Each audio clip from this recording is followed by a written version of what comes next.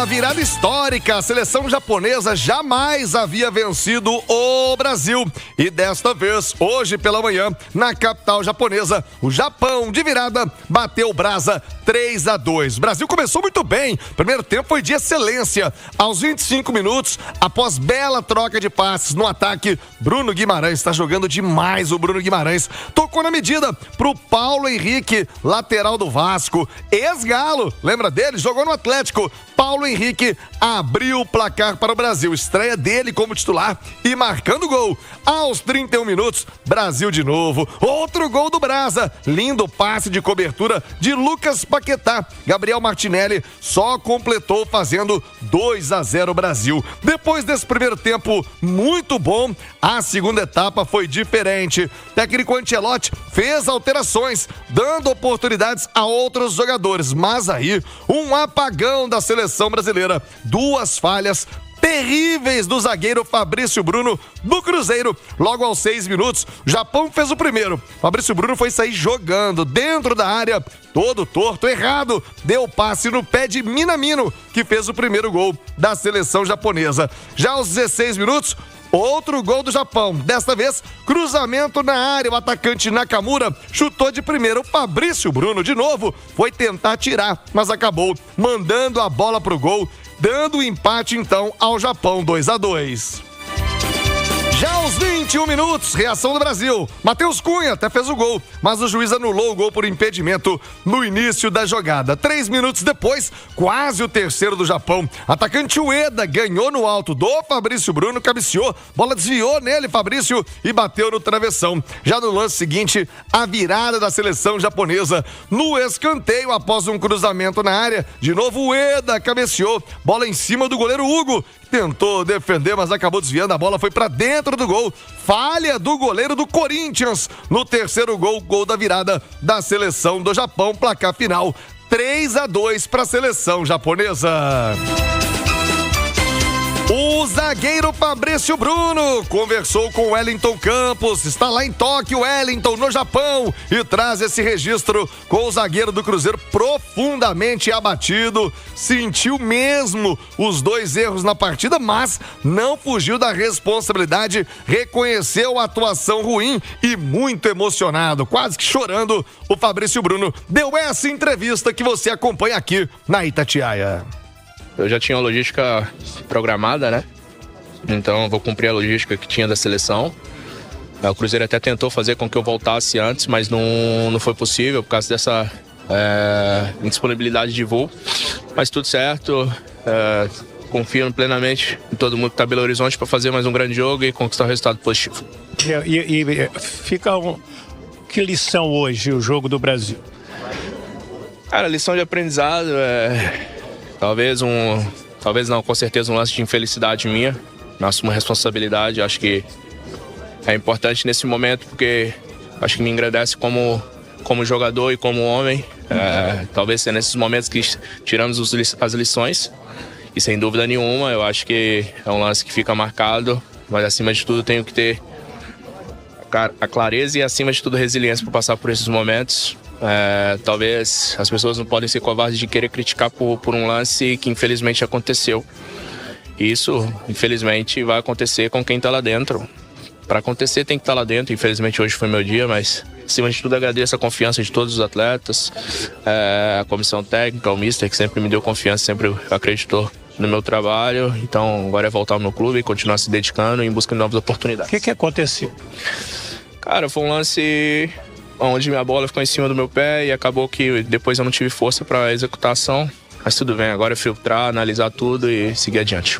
O mister falou que isso não interfere, que um lance não interfere tanto nessa disputa por uma vaga na Copa. Enfim, vocês chegaram a conversar e como é que foi esse apoio? A gente viu o Bruno também logo te chamou, bateu no seu peito, falou bora seguir o jogo. Enfim, que tipo de o pós, como é que foi esse pós aí?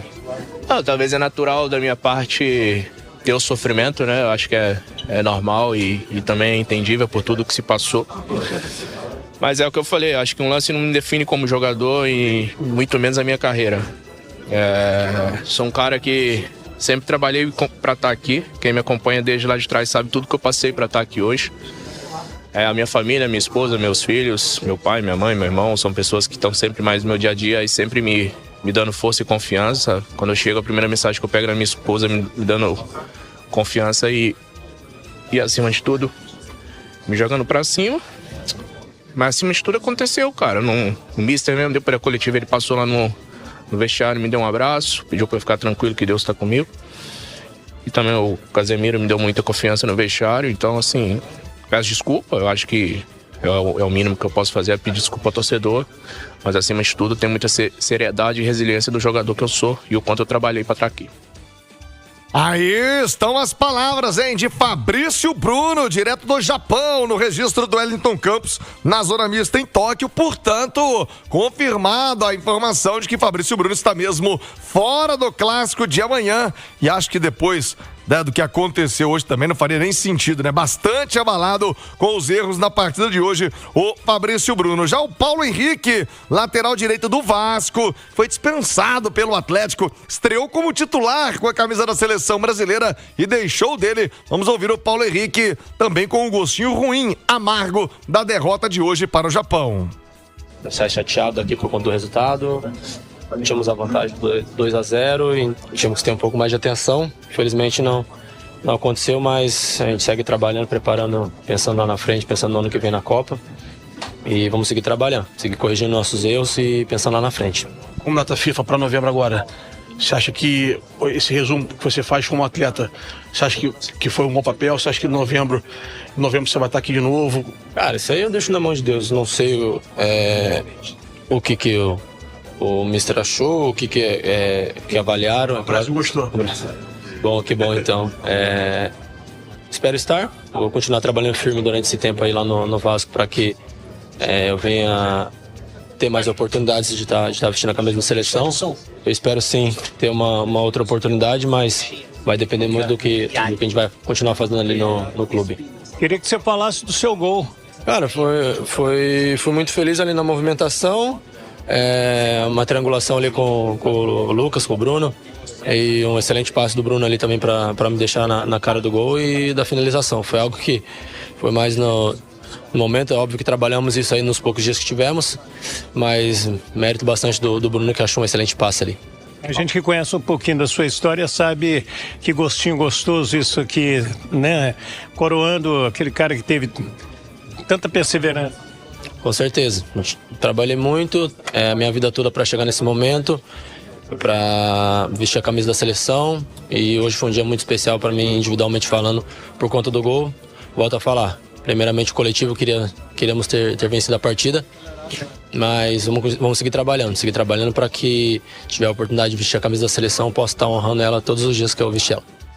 São as voltas que o mundo dá, né? O mundo da bola, principalmente. Paulo Henrique, outro dia aqui no Campeonato Mineiro, saiu com bola e tudo no Independência, pela linha de fundo, vaiado pela torcida, e hoje jogando bem no Vasco, ganhou oportunidade na seleção brasileira, fez gol e tudo mais. 11h51. Vamos ouvir também o técnico Carlo Ancelotti. Os errores individuales não afetam a presença dos jogadores no equipo. Creo que a evaluação que temos que fazer é a reação da equipe depois do primeiro erro, que não ha sido boa, porque hemos perdido um pouco de equilíbrio no campo, hemos perdido um pouco de boa atitude, de pensamento positivo. Então, aí creio que, como disse, é a boa aula para o futuro. É uma boa aula, vai ficar sim, não há a menor dúvida. A lição, né? A lição que o Brasil deu mole em 45 minutos, sendo uma Copa do Mundo, é um abraço, não tem conversa, então tem que estar ligado o tempo todo. Aliás, vou trazer os comentaristas da Itatiaia, Nath Fiuza e Alexandre Simões para avaliar a atuação do Brasil, e é claro que para nós aqui em Minas Gerais fica muito evidente o que aconteceu com o Fabrício Bruno. Ainda há pouco, essa entrevista emocionada do Fabrício, né? Tava ali chorando já ao final da sua fala ao Wellington Campos, hein? Lá direto do Japão, é a cobertura internacional da Itatiaia com o Brasil mais uma vez. Ô Simões, Primeiro sobre o desempenho do Brasil. Não dá pra se desligar de um jogo como fez o Brasil nesses últimos 45 minutos. E sobre o Fabrício Bruno, né? O torcedor se pergunta. Fabrício, ele tem um mental muito forte, sempre teve um psicológico muito forte. Conheço bem o Fabrício, mas isso pode abalar a trajetória dele nessa reta de temporada aqui no Cruzeiro? Bom dia, Simões. Bom dia, Thiago. Bom dia, Nath, quem acompanha a gente. Sem dúvida que sim, né, Thiago? Porque a seleção brasileira é um sonho de todo mundo, né? E é uma falha que repercute muito.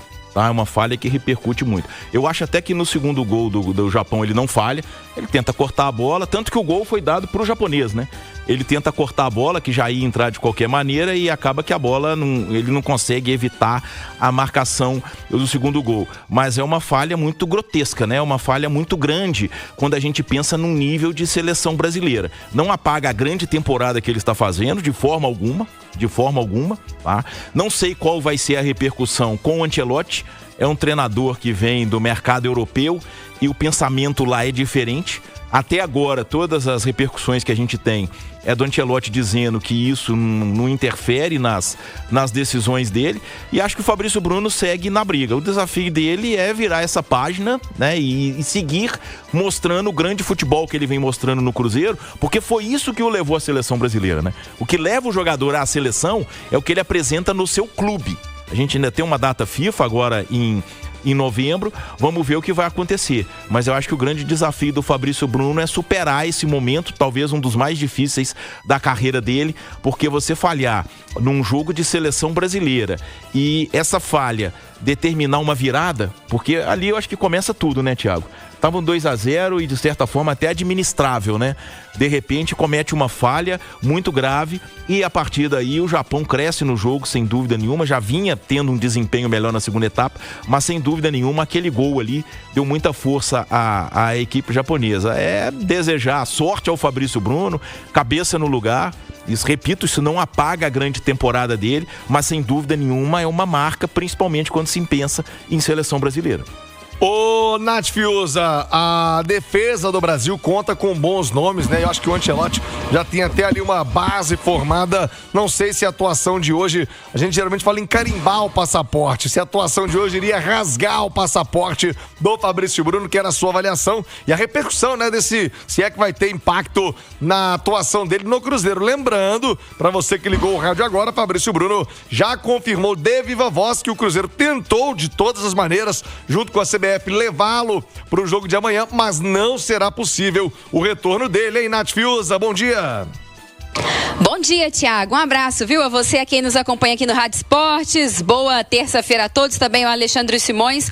Eu acho que o amistoso de hoje, o Ancelotti na entrevista coletiva da segunda-feira foi muito claro, né? Que essa data FIFA e as de novembro seriam fundamentais e as últimas para observação. Então, querendo ou não, foi uma pressão a mais para todos esses atletas, porque tinha que agarrar essa oportunidade. E aí o Fabrício Bruno com essas falhas, claro que fica aquele sentimento de dúvida, será que pode ter sido de fato algo determinante para não retomar? Mas eu acho que o que vale mesmo é o que o Simões falava. Ele vai retomar ao Cruzeiro, ele vai continuar com a temporada, o Cruzeiro ainda brigando na parte de cima do Brasileirão, tem aí a Copa do Brasil, Cruzeiro entre os semifinalistas, e se ele continuar desempenhando, ele ainda tem chance sim de voltar, de jogar melhor, de não falhar e de continuar brigando por essa vaga. De toda forma, o Brasil, ele não tem problemas na zaga em termos de bons talentos, de bons nomes, né? Vale lembrar que nessa data FIFA, o Marquinhos não foi convocado, tá com um problema físico, que é um cara que vai ser o titular